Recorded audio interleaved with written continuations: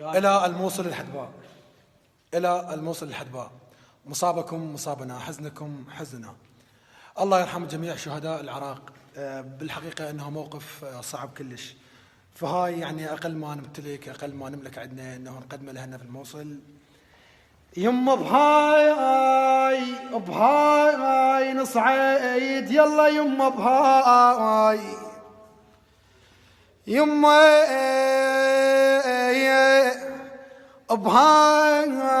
نصعد، يلا يما بهاي عم العبره بيه شبه الف عم صعيد.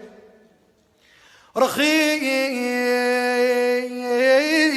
هواي رخيص هواي غشوني وصعدت وصعدوا الوياي